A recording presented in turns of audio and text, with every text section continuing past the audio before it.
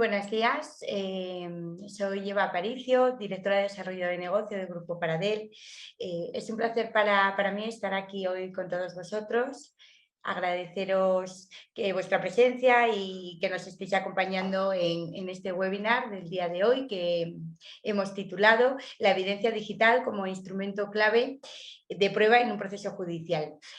Muy brevemente, para aquellos que no conozcan Grupo Paradel, bueno, pues somos una firma cuya principal misión es ayudar a las organizaciones a la lucha contra el fraude a través de nuestras principales líneas de negocio, que son la investigación corporativa, investigación privada y forensic tecnológico. Para este webinar contamos con la colaboración de Gemma Quilue, que es directora del equipo del Departamento Procesal y Concursal de la oficina de Baker McKenzie en Barcelona. Gemma cuenta con más de 20 años de experiencia en práctica legal que la consolidan como una experta en procedimientos civiles y mercantiles, tanto en tribunales ordinarios como arbitrajes. Y por otro lado tendremos también a Juan Martos, que está aquí al lado mío, que es el socio director del área de Forensic Tecnológico de Grupo Paradel. Y bueno, Juan es informático forense, ejerce como perito judicial informático desde hace más de 20 años y sus comienzos profesionales guardan una estrecha relación con el mundo de la recuperación de los datos informáticos. Durante todo este tiempo ha intervenido al menos como perito al menos en más de 1.200 casos. Bueno, la idea de cómo vamos a gestionar este webinar es la siguiente. A lo largo del mismo podréis ir haciéndonos preguntas a través del chat que trataremos de resolver al final de las exposiciones de los ponentes. Y bueno, luego pasados unos días podréis acceder al contenido íntegro del webinar, tanto en nuestra página web del Grupo Paradel como en nuestro canal de YouTube. Bueno, antes de comenzar y para poner en contexto la importancia del tema, pues comentaros lo siguiente, ¿no? A medida que el mundo se vuelve más digital, la capacidad de recopilar y preservar la evidencia digital de manera efectiva, pues se vuelve más importante, ¿no? En estos casos, lo más importante es una buena dirección letrada, por supuesto, y claro, la correcta gestión de las pruebas, ¿no? digitales. Y estas son herramientas imprescindibles para que todo salga bien en un futuro eventual litigio. Es lo que vamos a abordar hoy en este webinar, los aspectos claves de todo este proceso, ¿no? Que son todos los pasos a seguir para alcanzar un resultado positivo y bueno, también trataremos sobre los casos prácticos más comunes. Bueno, sin más, bueno, Juan va a comenzar el webinar y nos va a hablar sobre la competencia desleal y las fugas de información, las actividades ajenas al cometido profesional en horario laboral, malas prácticas de la competencia, la volatilidad de la evidencia informática y las estafas cibernéticas a empresas. Una vez que Juan finalice su exposición, continuará Gemma, que nos va a hablar sobre la importancia y la posibilidad de aportar prueba digital en un procedimiento judicial para acreditar hechos controvertidos, la validez de la prueba digital y su tratamiento por parte del juez y los principales problemas con los que nos encontramos en este tipo de pruebas y cómo podremos evitarlos y por último la valoración que hace el juez de la prueba digital. Y bueno, sin más, doy la palabra a mi compañero Juan. Juan, muchas gracias. Pues muchísimas gracias, Eva. Un placer estar con todos vosotros. Bueno, reiteraros nuestro agradecimiento. Julio es un mes complicado para todos porque bueno, llegan las vacaciones y todo se precipita y sabemos que es complicado sacar tiempo, así que de verdad muchísimas gracias por compartir este ratito con nosotros. Mi parte es la más técnica. Yo entiendo que la mayor parte de la audiencia pues, estará compuesta probablemente por profesionales de derecho y de departamentos de recursos humanos, pero no os preocupéis que prometo hacerlo lo más ameno posible. Eso es como los informes periciales. Al final, un informático forense lo que hace, que es lo que soy yo, informático forense, es analizar una serie de pruebas y de elementos técnicos para luego redactar un informe en el que se llegue a una serie de conclusiones. Claro, el objeto de ese informe, al final quien lo tiene que leer, quien lo tiene que interpretar, probablemente pues, si se llega a juicio, pues es un juez, un magistrado. Entonces, si bien tiene que tener un trasfondo técnico, hay que utilizar un lenguaje que sea comprensible y asequible para todo el mundo, porque si no, bueno, pues servirá de bien poco si le presentamos a un juez un informe lleno de código fuente y de números y de cálculos, etcétera, pues probablemente se le pondrán los ojos en blanco y no le hará mucho caso porque no habrá quien lo entienda. Entonces, bueno, pues prometo hacer lo mismo con el webinar, tratar de que sea lo más ameno posible. Sin más, vamos un poquito, bueno, se ha preparado una pequeña presentación en la que, bueno, simplemente un pequeño índice, como ya os ha adelantado Eva, en el que vamos a hablar de 4 o 5 cositas muy brevemente, que son los casos que se nos dan con mayor frecuencia y en los que pensamos que os podemos ayudar de la mejor manera posible. Primero, casos de competencia desleal y fuga de información. Bueno, pues como os decía, si sois profesionales de derecho o trabajáis en recursos humanos, pues seguro que se os dan habitualmente un montón de situaciones. Este es quizá la tipología de caso que con mayor frecuencia recibimos y acometemos, y bueno, ahora veremos un poquito en qué consisten y cuál es nuestra forma de actuar.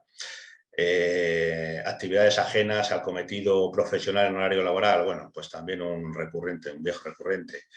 Personas que durante su trabajo pues utilizan el tiempo realmente para otro tipo de cuestiones, ya sean personales o incluso pues se dan casos en los que una persona pues está haciendo un doble juego, está hasta trabajando para un competidor mientras su empresa le paga. Entonces veremos también qué podemos hacer en estos casos. En malas prácticas de la competencia, en el punto número 3, sobre lo que hablaremos será sobre, bueno, pues en ocasiones hay empresas hay competidores que no saben jugar limpio y, bueno, pues emprenden campañas de desprestigio de sus competidores. Veremos cómo detectarlas, cómo podemos llegar hasta el origen de las mismas y, por supuesto, cómo frenarlas y cómo combatirlas. Hablaremos también sobre la volatilidad de la evidencia informática. En situaciones como las que acabamos de comentar, donde se produce una situación en la que se detecta que un empleado, un directivo, está cometiendo algún tipo de actitud desleal con la compañía, pues es frecuente que se produzcan situaciones de nervios, que nos precipitemos, y esto pues puede dar al traste con la evidencia que luego necesitamos para acreditar la situación y poder plasmarla en un informe pericial, ¿no? Entonces veremos qué hacer y qué no hacer. Y por último, pues hablaremos de un asunto que está absolutamente vigente, que son las estafas cibernéticas a las empresas.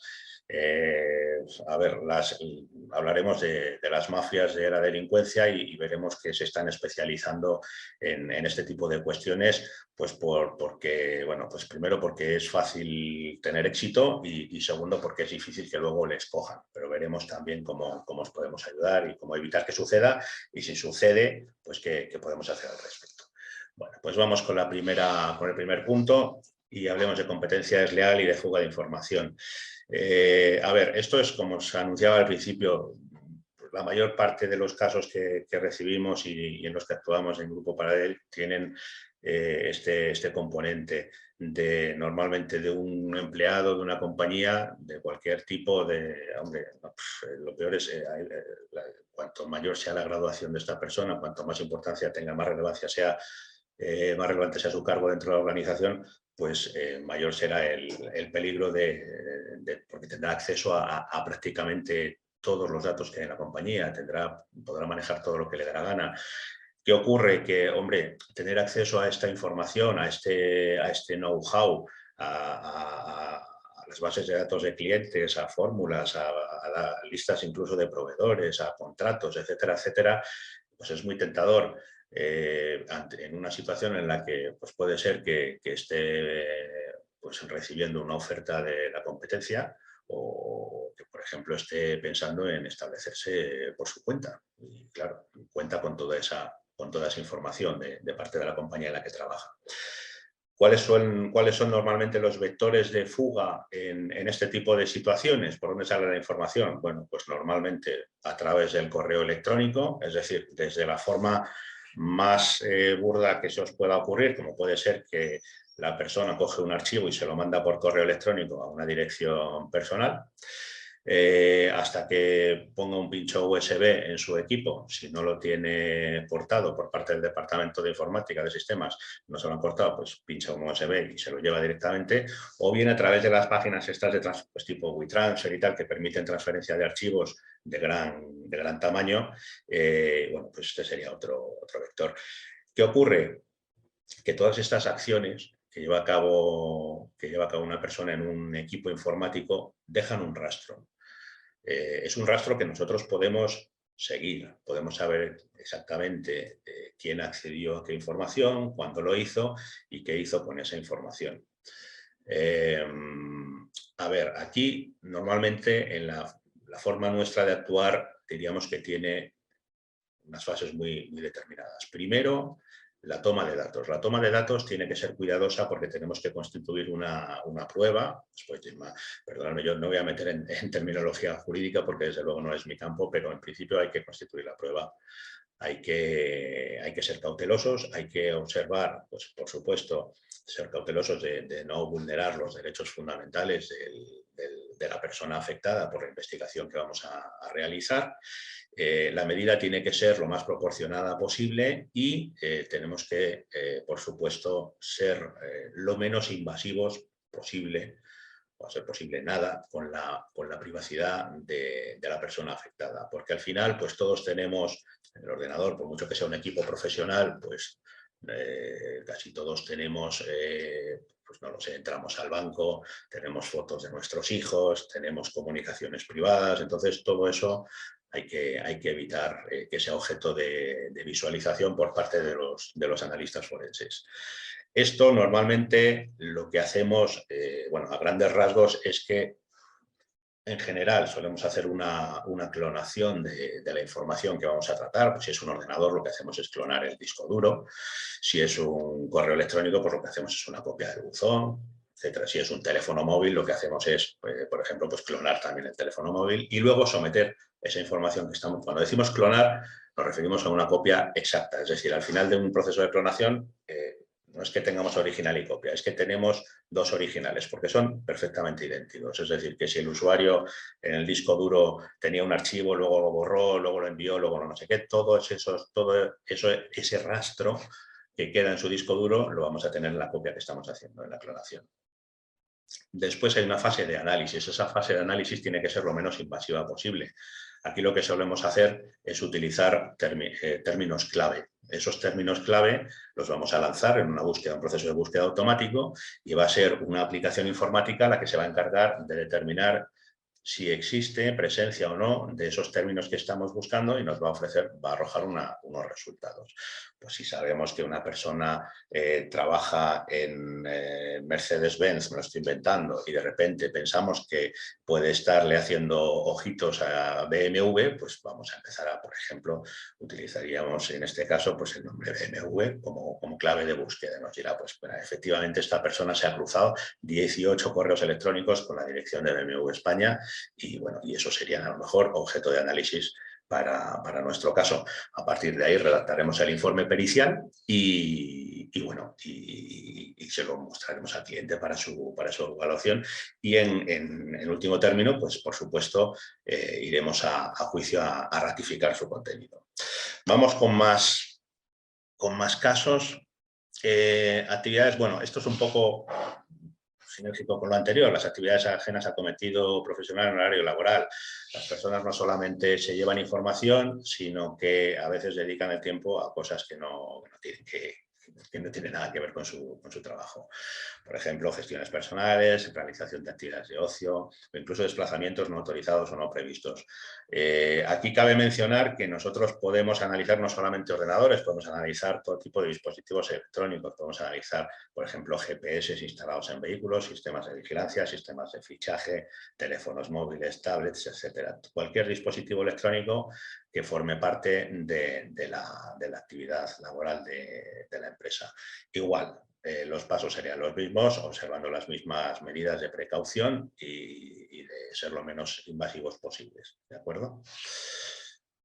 Avanzamos un poquito y vamos con el tema de las malas prácticas de la competencia. Bueno, aquí como se anunciaba al principio, A ver, pues puede ocurrir que de repente empiece a aparecer una campaña que aproveche, pues qué sé yo, publicaciones antiguas que de repente van a mermar el prestigio de nuestra compañía o de nuestros directivos, incluso reseñas falsas. De repente pues una empresa que trabaje de cara al público pues puede tener una avalancha de reseñas falsas, o incluso puede suceder que simplemente cuando una persona, un cliente final, esté buscando el nombre concreto de nuestra compañía, pues de repente le aparezca un montón de publicidad de compañías competidoras. Todo este tipo de prácticas, de malas prácticas, pueden ser detectadas, pueden ser combatidas, podemos ayudar a combatirlo. Aquí hay que ver caso por caso, porque claro, no es lo mismo combatir un artículo concreto que salió una noticia, que tal, que quedó, que a lo mejor pues un caso, qué sé yo, Villarejo, pues evidentemente nos va a costar muchísimo más enterrar esa noticia y que sea difícil encontrarla, que algo mucho más, más puntual. Pero bueno, que sepáis simplemente que por supuesto en este tipo de ocasiones también, y de casos y de circunstancias, también podemos echaros una mano. Lo que vamos a hacer es analizar con vosotros qué es lo que está sucediendo, cuáles han sido los cambios que se han experimentado en los últimos meses o en las últimas semanas, y trazar una estrategia y proponeros una estrategia de actuación. Siempre que se trate de campañas de desprestigio, bueno, pues el resultado de la contraofensiva que lancemos no va a ser inmediato, es imposible, porque bueno, pues los buscadores tienen su propia forma de funcionar y bueno, pues es una labor que llevará más o menos tiempo, insisto, un poco en función de cuál sea el escenario en el que tengamos que trabajar y que tengamos que combatir. Y sobre todo trataremos al mismo tiempo de identificar cuál es el origen de esa campaña y por supuesto, pues emitiremos en caso necesario, y que así nos lo pidáis, pues un informe a ese respecto. ¿De acuerdo? Bien, más cositas. Esto es muy importante, sobre la volatilidad de la evidencia informática, qué hacer y qué evitar. A ver, aquí quería hacer un pequeño inciso en esto de la informática forense, aunque todavía suena un poquito así medio rarillo, pero ya cada vez está más presente, sobre todo en los tribunales. Los jueces ya están muy acostumbrados a los informes periciales informáticos porque el mundo es tecnológico, el presente es tecnológico. Las comunicaciones son vía email, vía WhatsApp, la gente graba cosas con vídeo, con audio, entonces cada vez es más necesario. Yo me acuerdo que hace, pues quizá mis primeros informes periciales, hace poquito más de 20 años, pues claro, tampoco estaba todo por definir, pero por ejemplo se acudía muchísimo a la figura del notario como fedatario público de lo que se estaba haciendo. Esto poco a poco ha ido cambiando. No quiere decir que ahora desaconseje yo el uso o pasar por el notario, pero cada vez más es una cuestión, si me lo permitís, de carácter cosmético que de carácter práctico. ¿Qué quiero decir con esto? Pues que bueno, al final, pues el hecho de que el informático forense o el perito informático acudan al notario a realizar pues por ejemplo, una clonación de un disco duro, como os decía antes, bueno, pues se levanta un acta, pero al final no deja de ser un acta de manifestaciones en la que el notario pues indica que viene un señor que se identifica como perito y dice que está clonando un disco duro, pero realmente el notario carece de conocimiento técnico para saber si eso es cierto. No puede, él verá, tomar la nota, pues sí, pues ha sacado una máquina, ha empezado ahí a tocar unos botones y tal, pero entonces, ¿qué ocurre? Que entre eso y que los notarios son cada vez un poquito más reticentes a este tipo de cuestiones, primero porque la ley de protección de datos se lo está poniendo cada vez un poquito más complicado, y luego pues porque igual hasta les toca ir a juicio a ellos, a que les hagan una serie de preguntas que evidentemente les van a incomodar. Entonces, y por supuesto el tema de los depósitos, esto de que les digamos que les vamos a dejar un ordenador o un disco duro en depósito hasta que se resuelva una causa judicial, pues tampoco les hace mucha gracia, porque bueno, pues les llenamos la notaría de cachivaches, ¿no? Y al final, aunque le pongan un límite, una fecha de caducidad, pues la verdad es que nunca se atreven a destruirlo. Entonces, bueno, con todo eso, al final, pues el tema de la participación del notario como fedatario público de lo que se está haciendo está perdiendo, digamos, importancia en el proceso. Sin embargo, fijaos, yo os diría, es mucho más importante disponer de una adecuada política de uso de medios electrónicos, como os digo aquí en esta diapositiva, que le faculte, por ejemplo, a la empresa para poder acometer ese análisis, esa monitorización de los equipos informáticos que está utilizando un trabajador, que la presencia de este notario. Sí es verdad que la notaría, por ejemplo, la fe pública la podemos aprovechar pues, para establecer hitos temporales, es decir, pues miren, tal fecha hemos depositado, por ejemplo, el equipo en la notaría hasta que venga el perito y haga una copia. Bueno, pues eso nos viene fenomenal porque podemos decir, le damos un aspecto de transparencia al proceso y de que, bueno, pues nadie ha tocado ese equipo porque se ha llevado inmediatamente, se ha depositado ante notario y ha ido allí el perito a hacer la copia, o sea que todo bastante bien, ¿de acuerdo? Pero bueno, que lo tengamos en cuenta, ¿de acuerdo? En cuanto a la volatilidad de la evidencia informática, veréis, las evidencias que nosotros, los datos que nosotros analizamos dentro de un ordenador para entendernos, aunque puede ser cualquier otro tipo de dispositivo.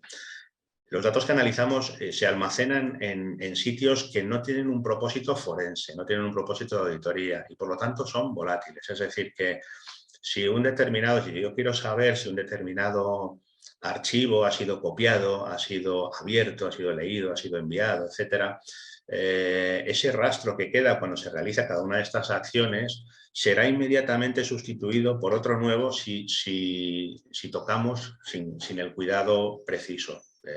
De hecho, uno de los propósitos que tiene esa copia que hacemos nosotros, esa clonación, es salvaguardar el original y además la copia que realizamos, a diferencia del original, la hacemos en un formato que es absolutamente inalterable. Es decir, que por mucho que manejemos y subamos y bajemos, es como una foto fija que se le ha hecho al disco duro en el tiempo y ninguna de nuestras acciones lo puede cambiar. Sin embargo, si nos ponemos nerviosos, empezamos a mirar, vamos a investigar, vamos a analizar por nuestra cuenta, es muy probable que esas acciones, primero, destruyan el rastro que necesita el informático forense para acreditar lo que está sucediendo y luego encima van a emborronar porque van a dejar un rastro que de contrario van a poder utilizar para decir, oiga, pero es que aquí hay una manipulación que no corresponde al usuario, sino que esto pues, se ha hecho a posteriori, ¿no? Entonces, bueno, pues por eso os decía aquí en mayúsculas, ¿no? Mejor no tocar nada y avisar a los profesionales para que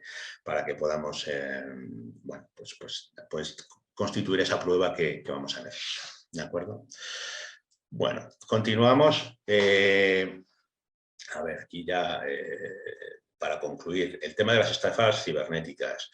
Como os anunciaba al principio, pues es cada vez más frecuente, las mafias de la delincuencia se están especializando en este tipo de estafas.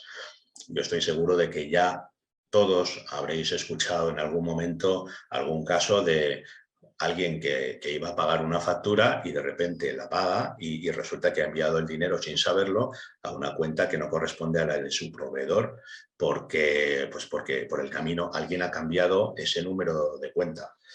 ¿Esto cómo puede ser? Bueno, pues normalmente el vector de entrada de este tipo de situaciones es el correo electrónico. Existen muchos mecanismos que permiten, que funcionan de manera autónoma y automática y sin descanso, que buscan servidores en cualquier sitio del mundo que tengan agujeros de seguridad. Y ese agujero de seguridad lo que va a hacer posible es que pues, un tercero no autorizado se ponga ahí a escuchar, vamos a poner, a leer en este caso, el intercambio de correos electrónicos. Claro, hay empresas que son objetivos potenciales, que manejan a lo mejor pues, transferencias de dinero de una cierta cuantía, concesionarios de automóviles, agencias inmobiliarias.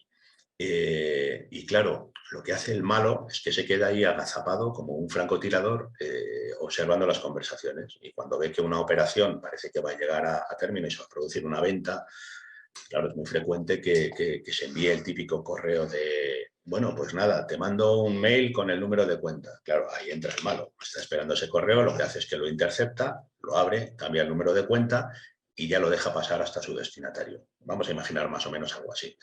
El destinatario que está esperando ese correo, lo que nos espera es que haya sufrido ese tipo de manipulación. Entonces, lo que va a hacer es pagar de buena fe, y van a pasar unos días hasta que todos se den cuenta de que el dinero ha ido a parar a vete tú a saber dónde.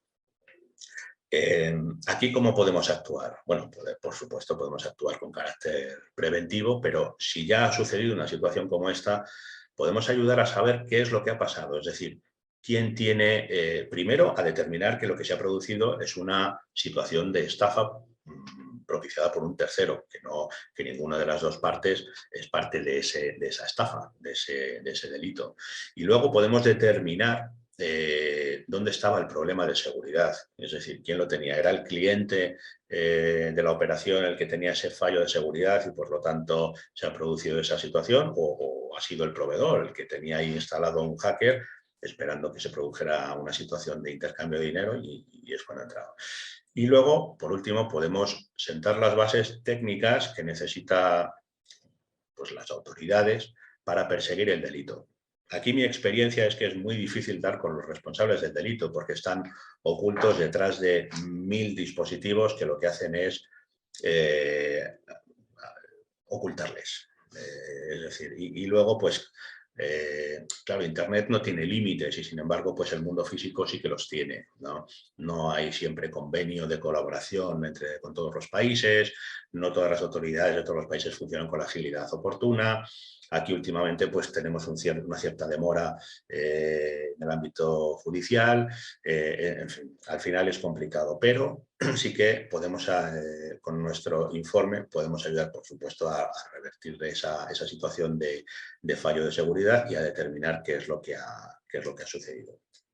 Así que, mientras tanto, el consejo, por supuesto, verificar las operaciones de transferencia de dinero, pues bien vía telefónica o incluso vía personal. A ver, lo que se nos viene ahora es todavía mucho más complicado, porque con deepfake, que puede falsificar perfectamente una cara, se puede falsificar perfectamente una voz, y una inteligencia artificial que es perfectamente capaz de identificar las palabras que usa una persona, la entonación, el acento, etcétera, pues dentro de unos años los informáticos forenses lo vamos a tener mucho más complicado, y las operaciones, pues habrá que verificarlas, pues no lo sé, con una muestra de ADN, no se me ocurre, pero lo que se nos viene es todavía mucho más complicado.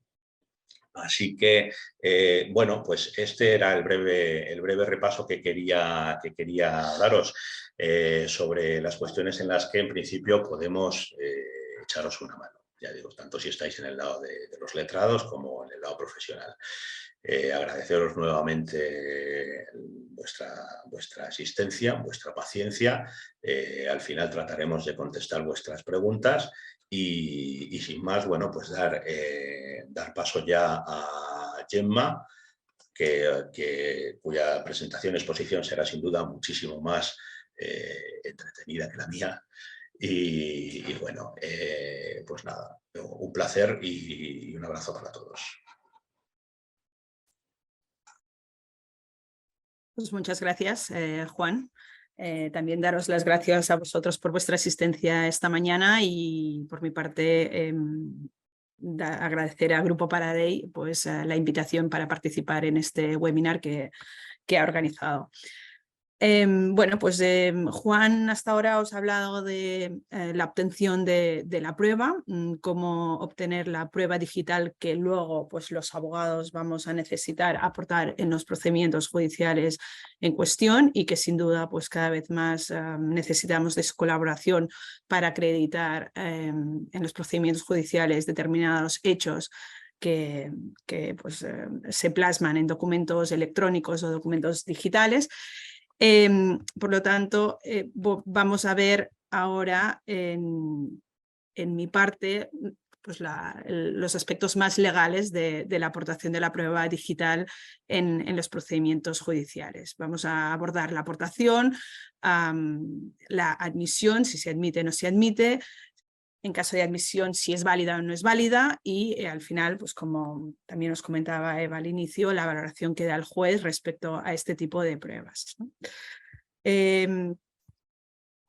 A ver, para contextualizaros un poco, es verdad que a la vista pues, de la evolución tecnológica de estas últimas décadas, está claro que cada vez más pues, se han incrementado las fuentes de prueba de naturaleza digital, ¿no? Estamos sin duda ante un mundo digitalizado, hay muchos formatos novedosos y soportes pues que van increciendo, evidentemente pues, los teléfonos móviles, los smartphones, las tablets, los ordenadores, dispositivos USBs, también los relojes inteligentes que utilizamos en nuestro día a día, ¿no?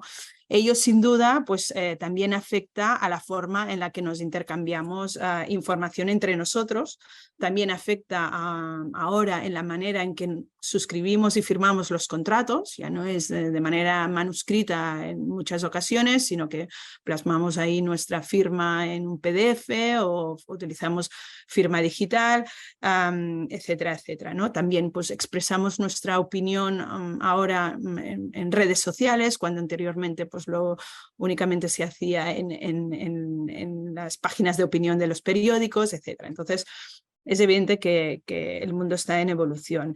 ¿Qué pasa? Que esto también tiene un reflejo en nuestro día a día, en nuestra práctica judicial, ¿no? Cuando antes aportábamos cartas manuscritas, faxes y burofaxes, pues ahora lo más común es aportar correos electrónicos, capturas de pantallas de mensajerías instantáneas, bien sea de WhatsApp o de Telegram, audios de WhatsApp, SMS, etcétera. Entonces, ¿qué pasa? Ello ha supuesto, como también comentaba Juan, pues en que nos encontremos con unos nuevos tipos de delitos que antes no existían, ¿no? Delitos cibernéticos, como ataques informáticos, estafas informáticas, etcétera. O también, pues por parte de los trabajadores, sin duda, pues hay determinadas formas de actuar que antes pues no existían porque no tenían a mano los dispositivos electrónicos que ahora la empresa pone a su disposición, ¿no? Pero ¿qué pasa? ¿Cuáles son los principales problemas que tenemos con la prueba de contenido digital o electrónico y que no existían anteriormente con la prueba tradicional? Bueno, pues tenemos un riesgo sin duda mucho más elevado de manipulación de datos. La información digital, como comentaba Juan antes, también es mucho más volátil. O sea, podemos tener una opinión en una red social y al cabo de 10 minutos ya no existe, salvo que hayas hecho una captura de pantalla, te hayas ido al notario a hacer esa captura de pantalla, pues difícilmente se pueda recuperar, ¿no?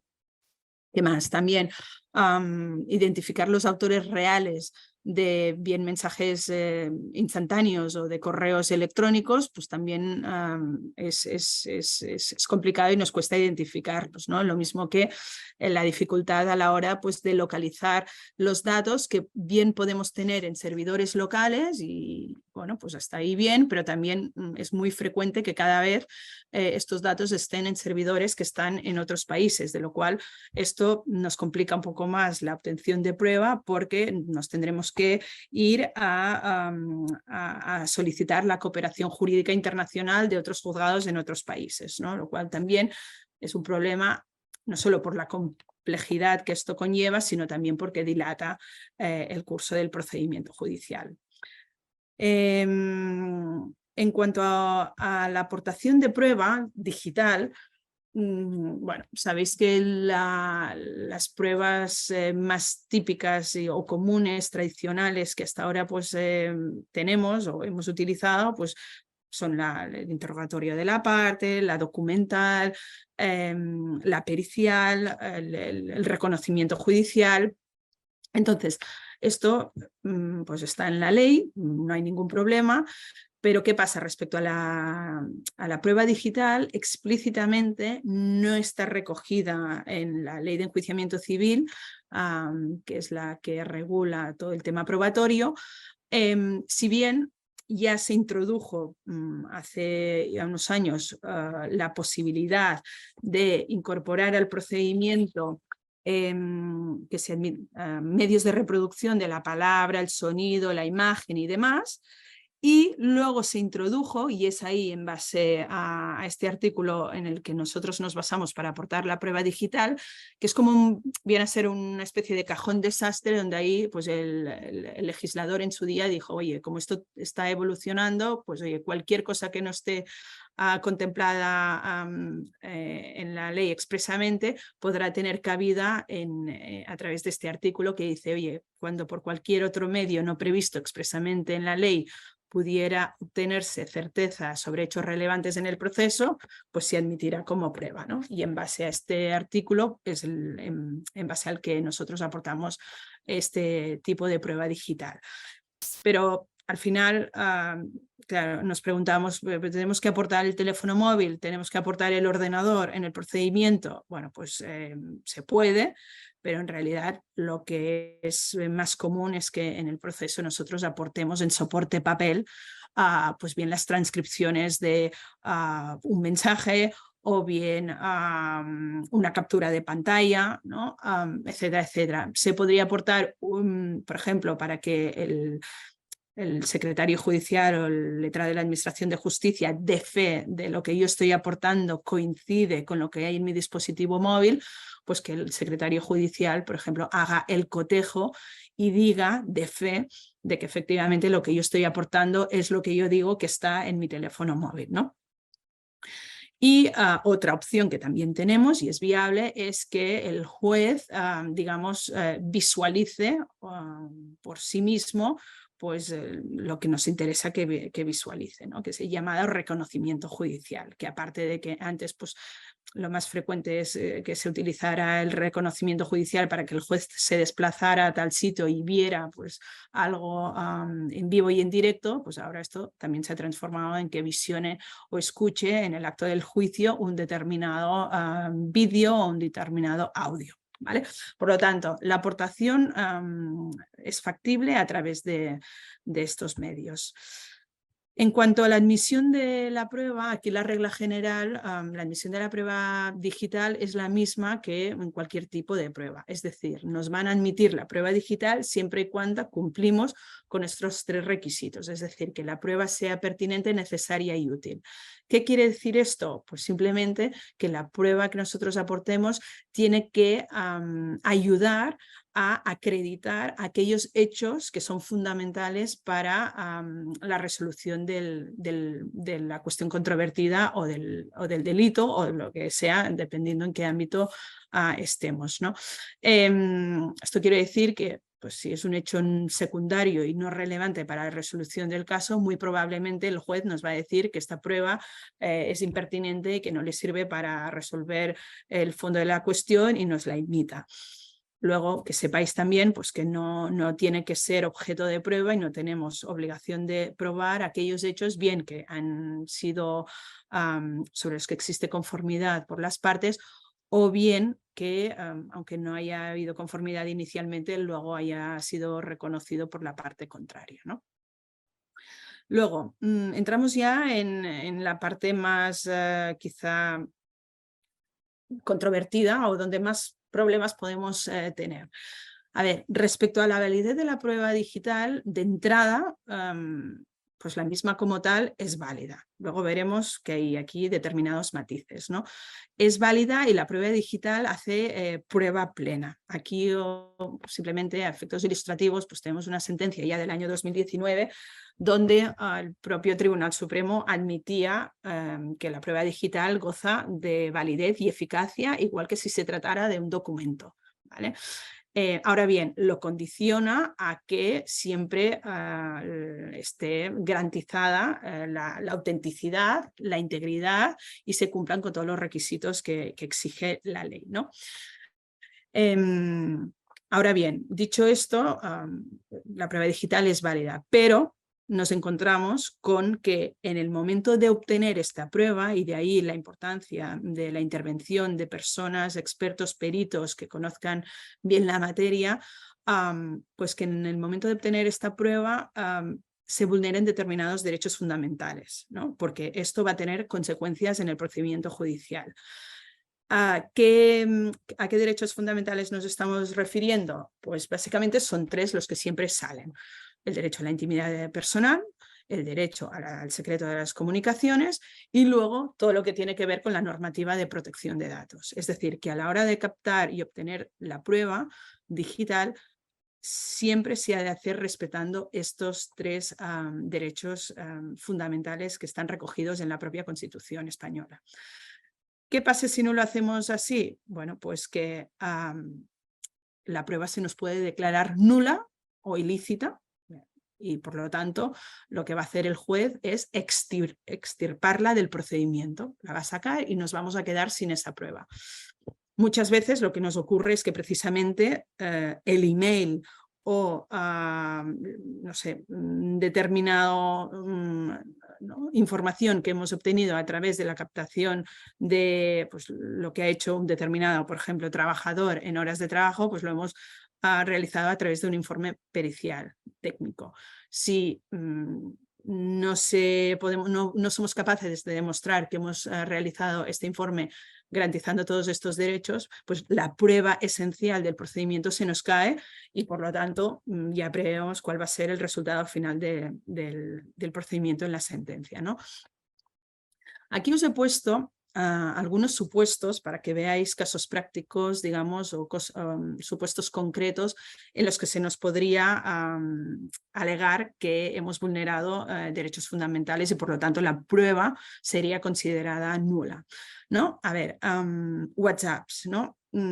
Sabéis que aquí, bueno, los WhatsApps los podemos aportar en el procedimiento siempre y cuando nosotros hayamos sido parte de la conversación. Por lo tanto, si aportamos WhatsApps de terceros, de conversaciones de terceros, sin el consentimiento de esos terceros, esa prueba directamente se va a considerar nula y por lo tanto no podremos disponer de ella. Luego, en cuanto a los emails interceptados del empleado, ¿no? Que comentaba antes Juan respecto a entrar en el ordenador del empleado y ver pues, determinadas carpetas, lo que hay para verificar si pues, no sé, está hablándose con la competencia.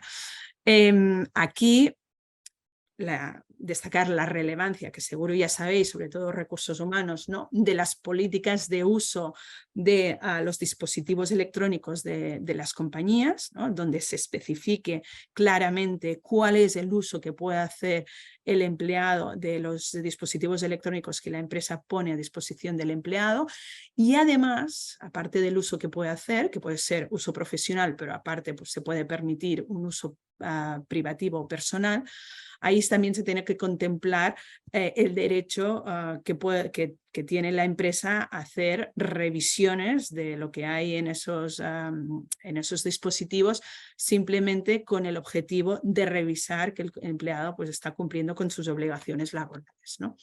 Vale.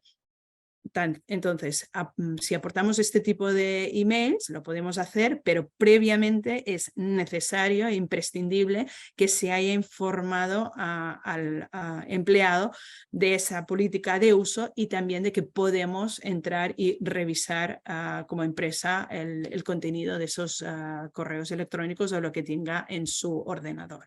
Si no es así, la prueba va a considerarse nula también. Lo mismo aplicaría pues, con los sistemas de geolocalización, ¿no? Por ejemplo, en casos de transportistas o demás, pues que tienen colocados en sus automóviles o vehículos pues, GPS. Pues lo mismo, no se puede aportar esto en el procedimiento para acreditar que el transportista en horas de trabajo estaba, pues no sé, acompañando a su familia o en el hospital cada día, pues porque si no se acredita que hemos cumplido con ese deber de información, pues se considera la prueba no válida y por lo tanto no la vamos a poder utilizar para lo que pretendemos acreditar en el proceso. También nos ha ocurrido, ¿no? Tener que utilizar imágenes de trabajadores pues o de un trabajador a través de una cámara oculta, ¿no? ¿Podemos o no podemos? Bueno, pues sí que podemos, pero con unas cautelas muy concretas, que es siempre y cuando, primero, ahí hemos tenido la sospecha clara de que ahí hay algún ilícito, que el trabajador está llevando a cabo un ilícito, y luego que el uso de esa cámara oculta se haya puesto ahí, digamos, con carácter temporal. Y todo ello en el ámbito de los trabajadores, del derecho de los trabajadores, como sabéis, aplica el test de proporcionalidad, el cual implica que, oye, la medida que nosotros adoptemos para captar la prueba que luego vamos a utilizar en el proceso judicial, pues sea idónea, sea necesaria y sobre todo que no haya otra medida que nos sirva para el mismo fin, pero sea menos intrusiva o sea menos invasiva. Si el juez considera que algunos de estos supuestos no concurren, también nos va a decir que la prueba no es válida. ¿Vale? Luego también imaginemos que aportamos en el procedimiento imágenes del trabajador pues en determinados espacios que se consideran privativos, ¿no? Imágenes pues en el baño, el vestuario, etcétera, etcétera, el comedor. Aquí taxativamente a 100% tenemos la prohibición, porque nos lo indica la Ley Orgánica de Protección de Datos, para aportar este tipo de imágenes. Por lo tanto, no podemos utilizar en ningún caso este tipo de imágenes del trabajador, porque directamente nos van a decir que la prueba es inadmisible, es nula. ¿Vale? Y luego finalmente también a veces pues nos hemos encontrado de parte contraria pues que nos han aportado grabaciones con sonido y con imagen, ambas a la vez. Aquí la regla general es que el sonido no es necesario porque podría conllevar la vulneración del derecho a la intimidad y del secreto de las comunicaciones, muchas veces también porque hay terceras personas intervinientes por ahí que no tienen nada que ver con el sujeto en cuestión. Por lo tanto, la regla general se va a considerar nula, salvo que en estos casos resulte necesaria pues, para la seguridad, ¿no? Como dice la Ley Orgánica de Protección de Datos, para la seguridad de las instalaciones y también en este caso pues, se respete la proporcionalidad, que como digo es una regla general que aplica siempre en derecho laboral. ¿Vale? Luego, a ver si me pasa de página. Vale. Luego ya pasamos a qué tipo de valoración da el juez a la prueba digital o electrónica. La regla general es que el juez le va a dar la valoración que él considere, es decir, aplica la regla general de valoración conforme a la sana crítica, que la sana crítica no es más que aplicar criterios de lógica y de la experiencia o de las máximas de la experiencia que pueda tener el propio juzgador, ¿no? Implica también que esa prueba va a ser valorada de manera conjunta con los demás medios de prueba que hemos aportado en el procedimiento judicial. Si la prueba digital en cuestión no es impugnada por la otra parte, perfecto, estupendo, tenemos ahí una prueba que se va a considerar pues, que es auténtica, es exacta, no ha sido manipulada, pero lo que sí nos sucede muchísimas veces en la práctica, que es que precisamente cuando aportas un tipo de prueba de este tipo, lo primero que hace la parte contraria es impugnarla. Impugnarla porque considera pues, que lo que estamos aportando seguramente es algo que no le viene muy bien y por lo tanto es una vía de defensa legítima de entrada que la parte contraria siempre tiene, ¿no? Y puede alegar que el documento en cuestión, o sea, el correo electrónico en cuestión o la captura de pantalla, el mensaje de WhatsApp, lo que sea, pues no es auténtico, es decir, no ha sido realizado por la persona que uno dice que ha sido enviado y porque el documento, la captura del mensaje en cuestión, la captura, pues ha sido manipulada, ha sido modificada del original, ha sido creada ex proceso para efectos de aportarla en el procedimiento, etcétera, etcétera. Por lo tanto, tenemos un riesgo bastante elevado de impugnación por falta de autenticidad o de integridad. También os digo que cada vez más los juzgados inadmiten impugnaciones con carácter genérico. Es decir, oye, yo no puedo ir ahí y decir simplemente que el documento en cuestión lo impugno por falta de autenticidad. No, o sea, tienes que alegar o acreditar de alguna manera que hay indicios de esa falsedad del documento. No podemos impugnar por impugnar y cada vez pues, los juzgados están siendo más estrictos en este tipo de impugnaciones, ¿no? Porque evidentemente eran automáticas cuando se aportaban este tipo de pruebas. Luego, aquí, en caso de que nos impugnen la prueba, la carga de acreditar que efectivamente el documento que hemos aportado, la captura, el mensaje, el email, lo que sea, o el audio, es auténtico, nos corresponde a la parte que ha aportado la prueba en cuestión en el procedimiento, ¿no? Y ahí pues es donde entran nuestros compañeros peritos, como el caso de Paradell, donde pues yo particularmente también he colaborado con ellos en determinados procedimientos judiciales, y por lo tanto la importancia de la pericial informática. A efectos de acreditar pues, que el documento, captura, email, audio, lo que sea, es auténtico y por lo tanto no ha sido manipulado y coincide exactamente con el original. Aquí podemos actuar de dos maneras, bien de manera preventiva o bien de manera reactiva. Preventiva, ¿qué quiere decir? Pues al final, si nosotros tenemos una prueba digital que es fundamental, es esencial para acreditar el hecho básico de nuestra demanda, hombre, pues a lo mejor merece la pena ya de entrada no darle pie a la parte contraria que nos impugne esa prueba digital y por lo tanto acompañar con nuestra demanda ya la pericial informática. Podemos hacer lo contrario, oye, aportamos esto y en caso de que la parte contraria nos lo impugne, oye, estamos tranquilos porque si tenemos que aportar la pericial lo podemos hacer y estamos tranquilos de que el resultado va a ser positivo a nuestro favor, acreditando pues, que el documento es auténtico, ¿no? En todo caso, lo que sí que es muy importante y también lo comentaba al inicio y Juan, porque es importante, es que tengamos presente que, claro, este tipo de pruebas este tipo de información es muy volátil.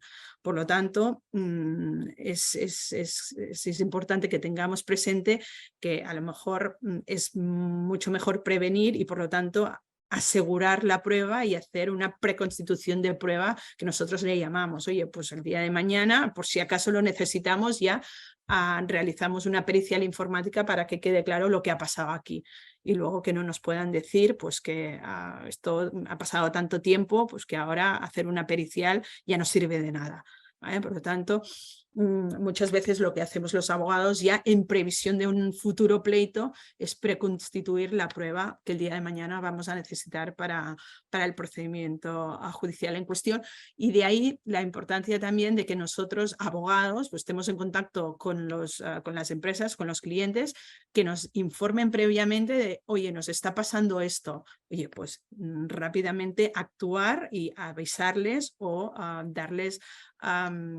el consejo de que rápidamente tenemos que contactar con un perito informático para llevar a cabo una pericial a efectos de el día de mañana si lo tenemos que utilizar, que no nos puedan decir que ha transcurrido demasiado tiempo y efectivamente durante este tiempo pueden haber pasado muchísimas cosas, ¿no? Luego, para terminar, creo que es importante poner especial atención a los pantallazos y a las actas notariales, ¿no? Sin duda alguna, utilizamos en nuestro día a día pantallazos de páginas web o de foros de internet, lo que sea, pues para acreditar pues, cosas que pues, una persona ha puesto de manifiesto en una red social o lo que sea, ¿no?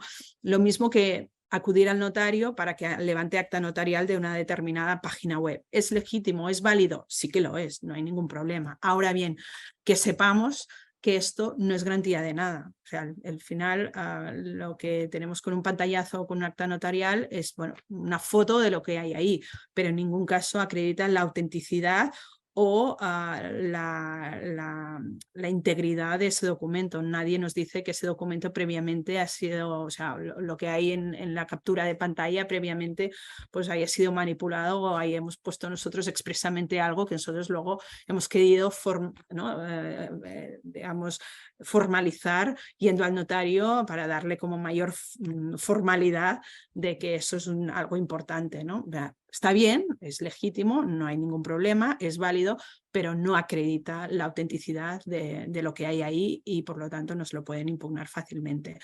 También lo mismo con las conversaciones de mensajería instantánea, que a lo mejor ahí Juan luego nos puede dar un poco más de información sobre ello, pero es muy fácil aportar, o sea, crear cuentas falsas para crear conversaciones, pues yo conmigo mismo, ¿no? Y luego pues intentar aportarlo en un procedimiento judicial donde diga que fulanito ha dicho y aquí lo tengo y aquí se lo aporto, señoría, ¿no? Entonces, bueno, ¿son válidas? Sí, pero también los jueces saben que son fácilmente manipulables y por lo tanto ahí hemos de ir con cuidado. Y luego, bueno, sabéis que cada vez más en nuestro día a día también utilizamos la firma electrónica, ¿no? Y esto yo creo que sí que es importante que lo tengamos presente, más que nada a efectos preventivos. Si tenemos un documento firmado con firma electrónica, evidentemente el día de mañana esto va a rebajar mucho el riesgo de que se nos impugne un documento por falta de autenticidad. Si tenemos un documento con firma electrónica, pues la firma lo que hace es validar la autenticidad del documento de la persona que hay ahí, de quien lo firma y además del contenido, ¿no? Por lo tanto, mucho mejor porque ya reduces posibilidades de que te impugnen un documento por falta de autenticidad. Yo creo que por mi parte no había nada más. Evidentemente, si tenéis cualquier duda, comentario, queréis compartir alguna experiencia, pues sin duda creo que ahora, Eva, te paso el turno de palabra y lo dejo en tus manos. Perfecto, muchas gracias, Gemma, por la exposición, sin duda muy interesante, al igual que la de Juan. Y bueno, la verdad es que yo creo que ha sido, bueno, la conclusión un poco de todo esto, ¿no? Que con la evolución de la digitalización, pues yo creo que este tipo de pruebas cada vez van a usarse más y a ser más importantes. Y bueno, me ha generado un poco de inquietud lo que ha dicho Juan de la inteligencia artificial, porque quién sabe lo que veremos, ¿no? En un futuro igual no tan lejano, ¿verdad? Futuro próximo, sin duda. ¿Verdad? Pero bueno, pues ya se verá. Así que creo que no hay ninguna pregunta. No hay ninguna pregunta en el chat y bueno, más o menos yo creo que vamos en hora. Son ya las 11 que más o menos podemos dejarlo aquí. Así que muchas gracias a los dos, Gemma, Juan y bueno, agradecer a todos los asistentes que nos han acompañado a lo largo de este webinar sobre la importancia, ¿no? de la evidencia digital como documento clave para la prueba en un proceso judicial. Muchas gracias. Gracias a vosotros. Gracias. Un placer. Muchas gracias.